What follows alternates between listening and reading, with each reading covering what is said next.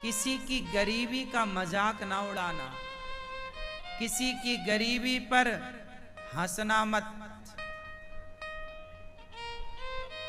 किसी की मजबूरी पर भी मत हंसना, क्योंकि यदि आप हंसे तो जो मजबूरी आज उसके सामने है, कल वो मजबूरी आपके सामने आकर खड़ी हो जाएगी। जो हालात उसके हैं वो हालात आपके बनने में देर नहीं लगेगी। मैंने रंक को राजा होते देखा है और राजा को रंक होते देखा है। ये उम्र ना अनुभव सीखने की उम्र है। स्कूल कॉलेज से ज्यादा हम लोगों ने जीवन के अनुभव में सीखा है। जो हमारा जीवन सिखा सकता है वो कोई यूनिवर्सिटी नहीं सिखा सकती।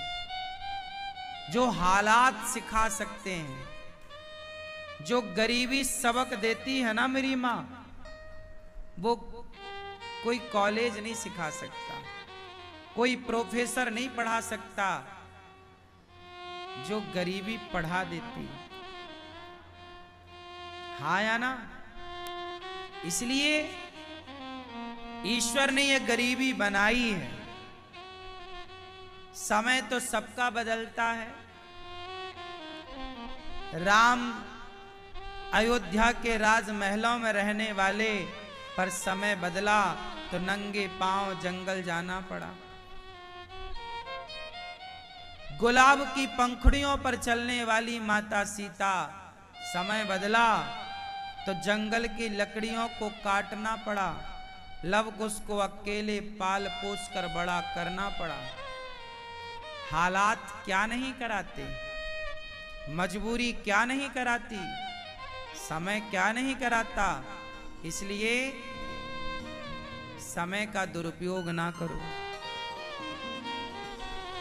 सीखो।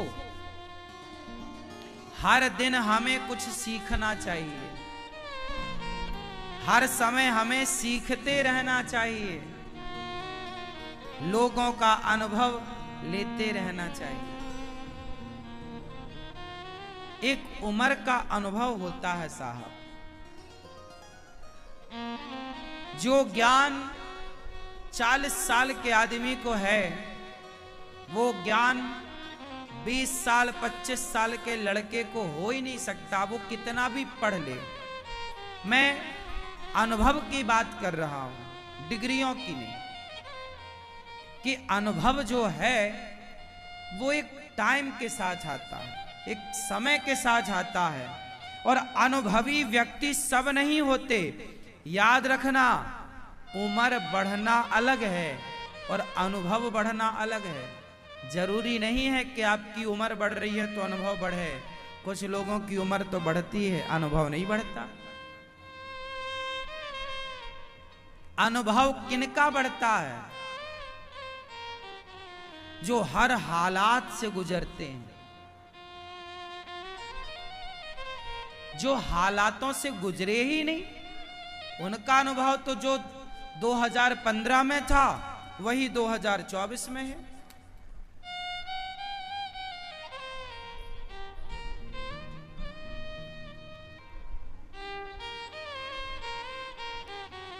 इसलिए उतार चढ़ाव भरा जीवन बहुत अच्छा होता है।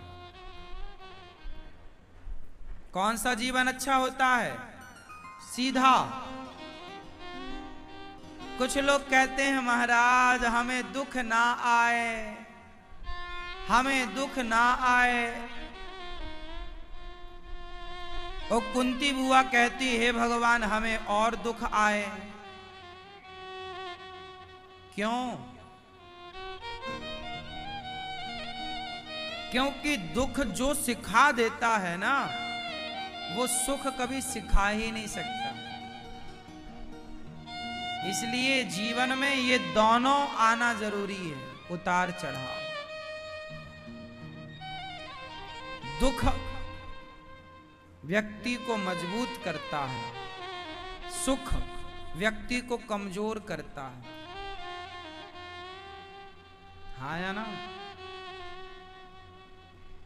दुखी होंगे आप तो शारीरिक और मानसिक दोनों रूपों में आप मजबूत होंगे। और सुखी होंगे तो शारीरिक और आज मानसिक बीमारियां गरीबों को नहीं है। आज मानसिक बीमारियां गरीबों को नहीं है, मजदूर को कोई मानसिक बीमारी नहीं है। सारी मानसिक बीमारियां अमीरों को है। हाँ या ना? शारीरिक बीमारियां गरीबों को कम है, अमीरों को ज्यादा है। हाँ या ना? क्यों? क्योंकि गरीबी व्यक्ति को मजबूत बनाती है शारीरिक और मानसिक दोनों रूपों में, और अमीरी तुरंत आपको खोखला करती है। ये बड़े बड़े महलों के बड़े बड़े हाथी सब देखने के हैं, आदमी अंदर से खोखला है। बाहर से बड़ा महल है, बड़ी गाड़ी है, अंदर झांक कर देखो सब खोखला है, दिखावा है। ये जिस गाड़ी पे ये घूम रहा है ना, ये बैंक के कर्जे में है, पागल बना रहा है। इतना बड़ा बंगला बनाया है, लोन लिया है, चुका चुका के मर रहा है। अब वो तो रो नहीं रहा किसी के सामने, नहीं तो लोग कहेंगे वाह ऐसे रो रहे हो। तो वो आंसू भी पी रहा है, अब चुकाया जा नहीं रहा है। बैंक बाद में क्या करती है, नीलाम करती है। कहावत है ना, कर्जा लेके घी पीना। कुछ लोग कर्जा लेके घी पीते हैं, समझदार नहीं है वो जो कर्जे का घी पिए।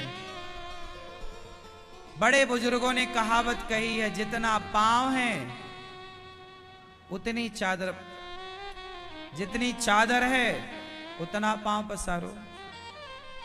यदि जरूरत से ज्यादा पांव पसारोगे तो चादर के बाहर जाएगा।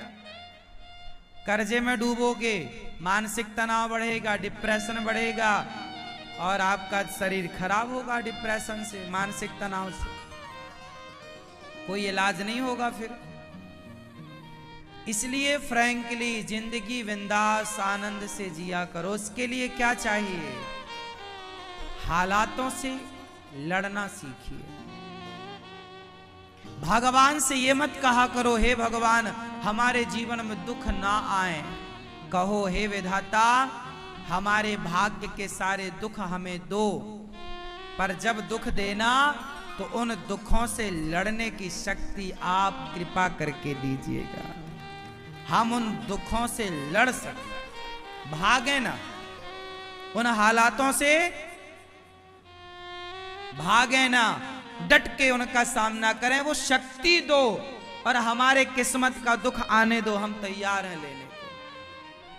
कब तक इग्नोर करेंगे दुखों को? वो दुख भी जो तुम्हारी किस्मत में है वो भी तुम्हारा ही बोया कांटा है।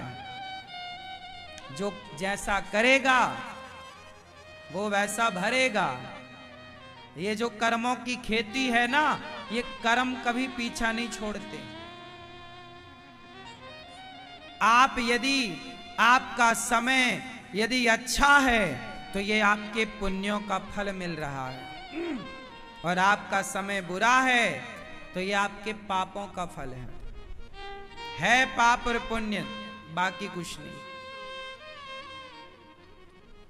इसलिए हम कहा करते हैं दोष ना दो किसी को कि तुम्हारे कारण दुख मिला, तुम्हारे कारण।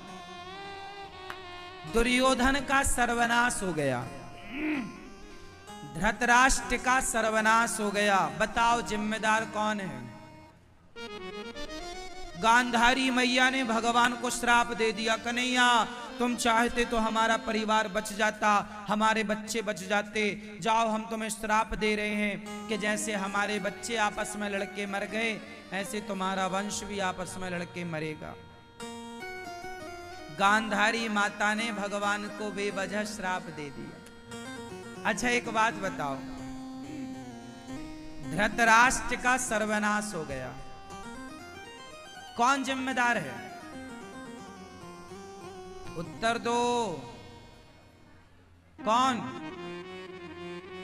कौन?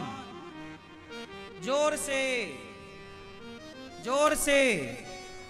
कौन? खुद धृतराष्ट्र। क्यों? क्योंकि धृतराष्ट्र तो राजा थे ना, और राजा के सामने एक महिला के कपड़े उतारे जा रहे थे द्रौपदी के। वो चिल्ला रही है बचाओ, तब तुम्हारे कान में आवाज नहीं गई? बहरे हो गए थे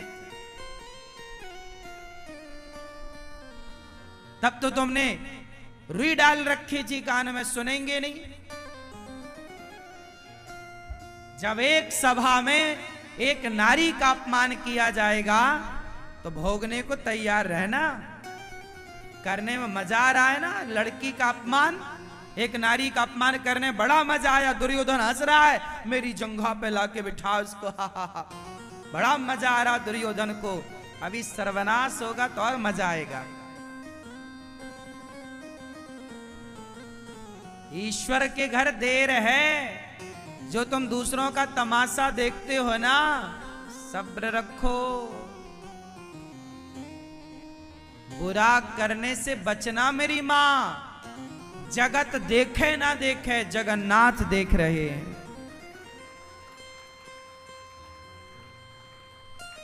देर लगेगी, 14 साल लग गए, 15 वर्ष लग गए दुर्योधन के सर्वनाश होने में, पर हुआ। द्रौपदी की साड़ी जिस दिन उतारी गई, उस दिन से, उस तारीख से 15 वर्ष के अंदर दुर्योधन का सर्वनाश हो गया।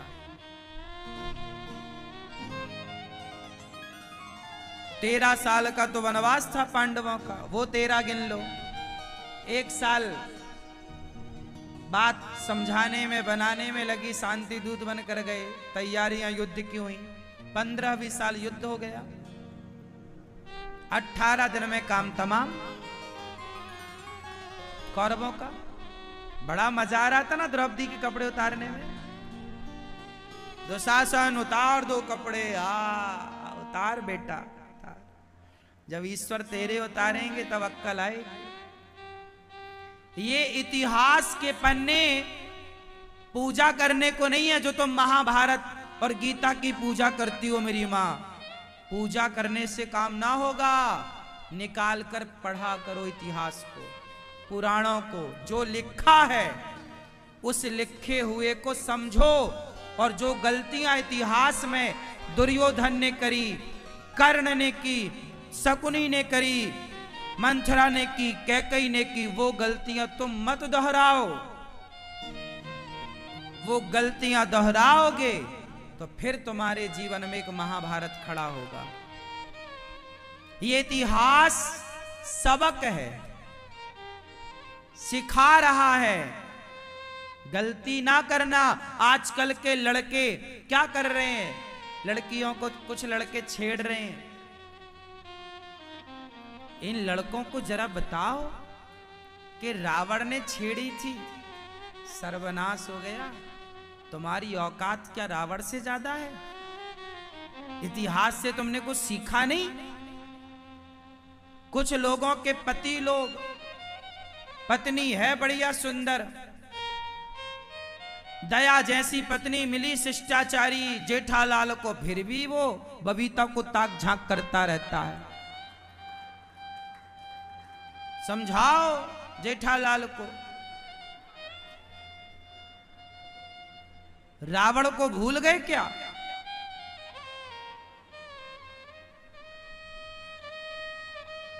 जो अपनी पत्नी को छोड़कर दूसरी की औरत ताक झांक करे, ऐसे लोगों को रावण के बारे में सुनना चाहिए कि रावण भी अपनी मंदोदरी को छोड़कर और पराई औरत को उठा के ले आया।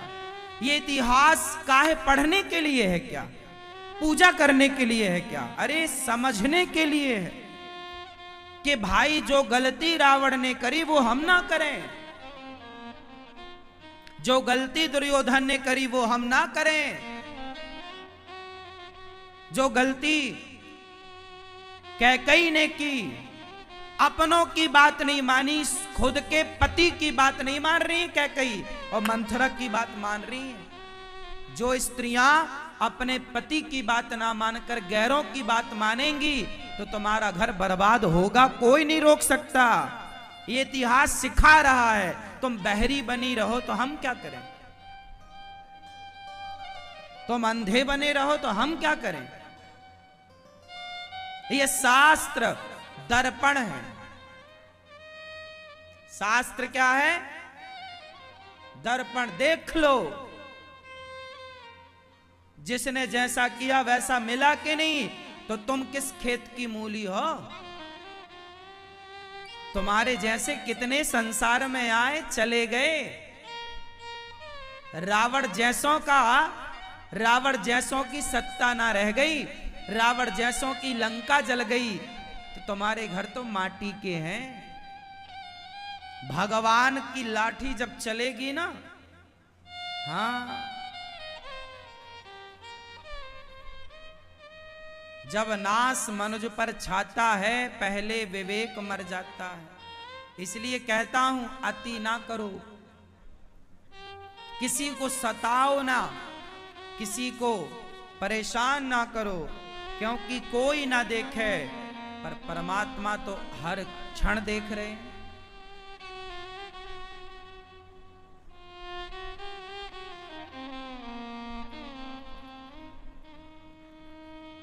हमारे शास्त्र कितना बढ़िया मैसेज देते हैं, कितनी बढ़िया सबक देते हैं। सीख लो बेटा, एक अच्छे इंसान बन जाओ। राम, देखो इतिहास में दो लोगों का नाम है, राम का और रावण का। अब ये आपको चयन करना है कि आपको रावण जैसा बनना है या राम जैसा।